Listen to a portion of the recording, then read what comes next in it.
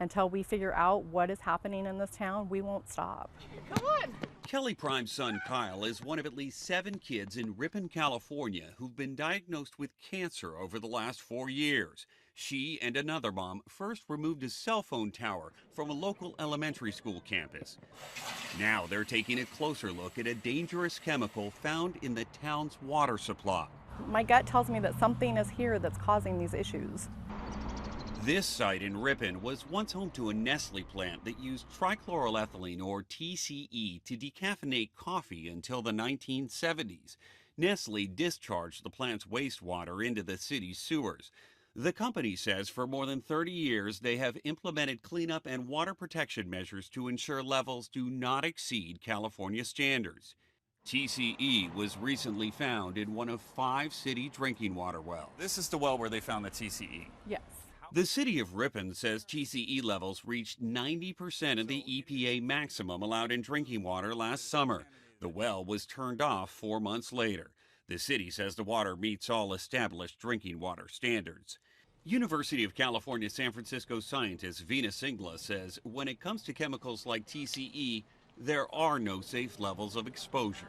Drinking water standards and guidelines that we have now are many decades old, and they don't account for the latest science that shows that pregnant women and children are more susceptible to TCE. Millions of pounds of TCE are used every year for manufacturing and degreasing. The chemical can migrate from industrial sites into surrounding communities through the soil and water. It can even turn into a clear, odorless vapor that moves up into the homes above.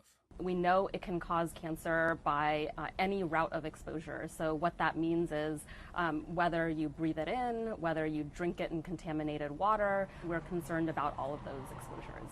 You think that this is something that could have caused your son's cancer? I think that it needs to be looked into for sure. Last year, we visited Franklin, Indiana, where dozens of kids were diagnosed with cancer. A nonprofit found high levels of toxins, including TCE vapor, in homes near an old manufacturing site. Cleanup and testing under the EPA is ongoing.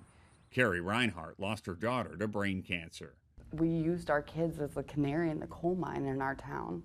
And in White Bear Township, Minnesota, community members diagnosed with cancer and their loved ones were outraged after learning a company that makes fishing sinkers and battery terminal posts admitted TCE had been leaking into the air for years, at points reaching 7 times what was allowed. In Ripon, families are calling for additional vapor testing. We have a lot more questions than we do answers. So until we get those answers to those questions, we are very concerned. Regulators say potential health effects from TCE depend on the amount and length of exposure, and it can be difficult to trace the cause of any one cancer diagnosis.